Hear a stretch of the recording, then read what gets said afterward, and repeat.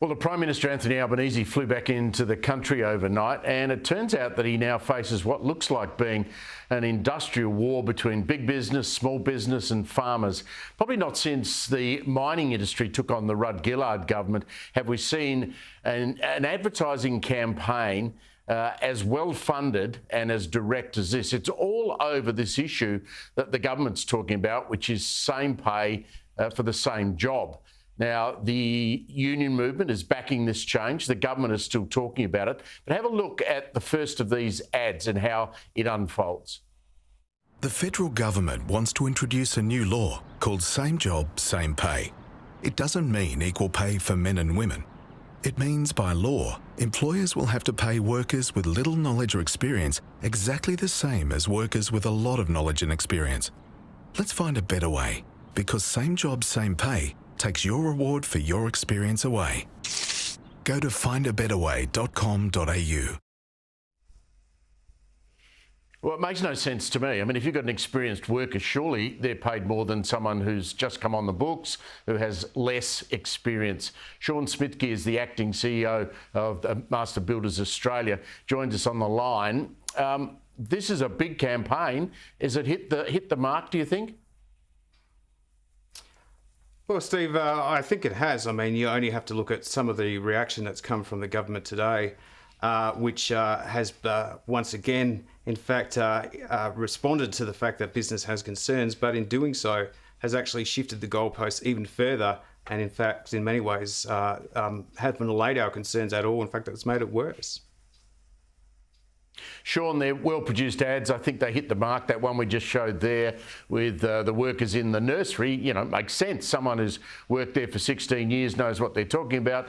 The person who's just joined, who may be very competent, doesn't. So you must have known for some time that this was going to be a clash between you and the federal government. Is the aim here to get the change stopped, or is the aim here to embarrass the government into not doing it? What exactly are you trying to achieve? Well, the aim here is twofold. I mean, firstly, it's to try and get the government to stop these changes and to have a fundamental rethink about what it is that they're intending to do and the consequences of those policies. The second is to make sure that people are really aware about what this policy actually means for them and how it's going to affect everyday workers and everyday workplaces. There's lots of rhetoric floating around about same job, same pay, but really the detail of this policy is where the rubber hits the road. We want people to understand exactly what it's going to mean for them and their workers. Tony Burke defended it today. We'll get onto that in a moment, Shaun, but what's the government's... Why do they want to do this? I mean, I know and I get the union backing of it and labour hire firms and all of that, but what is the federal government attempting to achieve here for the taxpayers and workers of Australia? Well, that is a very good question. And look, at the risk of taking you on a bit of a industrial relations magical mystery tour, I just want to step back a little bit here.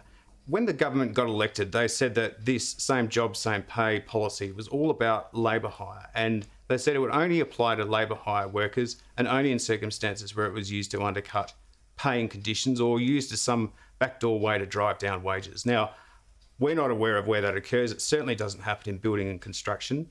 But then the government came out with a consultation paper, and that consultation paper effectively said, well, it's not just labour hire. In fact, it made it very clear that it could apply to a broader range of arrangements, including subcontractors and independent contractors, which, as you know, are a fairly fundamental part of how the building and construction industry operates. We don't use subcontracting because we're trying to drive down wages or avoid employing people. We use subcontracting simply because that's the way that building work is performed. And then today we've heard the minister talk about, well, actually, this isn't about subcontracting. It's about workplaces where they have enterprise agreements in place. Now, less than 12 months ago, the government passed major industrial relations reform, which it said was to encourage more workplaces to get into enterprise bargaining. Well, if the minister's comments today are correct, that's going to be a complete disincentive to any workplace that wants to bargain for better wages and conditions. So in those circumstances, you have to go back to fundamental principles. In fact, as a result of today, I've gone back and looked at Labor's secure jobs policy that they released in May last year. And it says very clearly a Labor government will uphold the principle that if you work the same job, you should get the same pay. That's all we've really got to go on. And if that's the case, it's going to be disastrous for all industries, all workers and all workplaces. Well, you're representing the building industry, so let's just pretend for a moment that I'm about to sign a contract to construct an office complex somewhere in Australia, and I'm trying to hire a workforce. I look at this and I say to myself, well, the people who are going to suffer if this happens is a worker who's not got as much experience, is presumably not going to be hired, because if I'm the boss and I have to pay that worker the same as what I'm paying someone who's been on the tools for 20 years, is highly regarded in the industry in that particular field, why would I hire someone who's not as qualified as that and pay them? So that person's not going to get a job, right? You're dead right. The other consequence is that those workers who do have excellent skills, lots of experience, lots of familiarity with particular types of work, or has got a long-standing relationship with their employer, they're going to be much less likely to get a pay rise from their boss, simply because their boss might be concerned about the application of this policy and what it might mean for them. So it's an attack on both ends. It's an attack on experienced workers. It's an attack on workers' right to say, I'm worth more than the guy next to me or the girl next to me. I deserve to be paid more. It's going to stop that. And at the same time, it's going to make it harder for young people coming into the industry.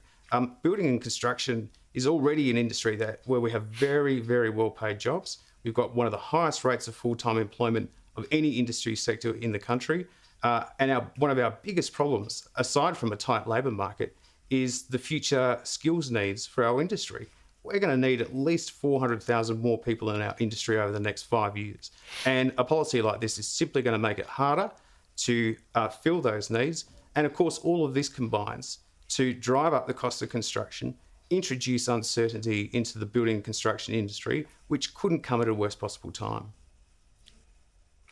I don't want to be overly alarmist, but I mean, just go onto the worksite for a start and think about the problems that it would cause in the tea room, with people having arguments about, why am I being paid a certain amount of money and you're getting the same amount and I've got 10 years more experience than you? And that doesn't make for a very jovial workplace, does it?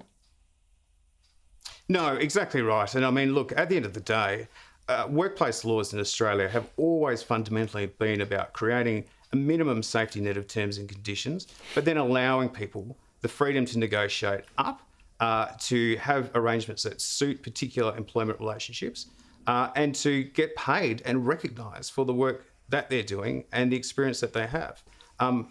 Really, the laws are all about allowing people to get up and have a go and have a fair crack, and to basically put in a hard day's work and be rewarded for your effort. This policy is completely inconsistent with all of those long-held concepts that underpin our workplace relations system. I mean, there's a real concern not only in terms of the impact on general workforce needs, but a real attack here on basic Australian values. I mean, this is a pretty un-Australian approach and really does go to undermine a lot of the things I think most Australian workers hold dear. Un-Australian's a good way to put it. Shaun, just finally, let's go to Tony Burke. He was asked today about these changes, potential changes.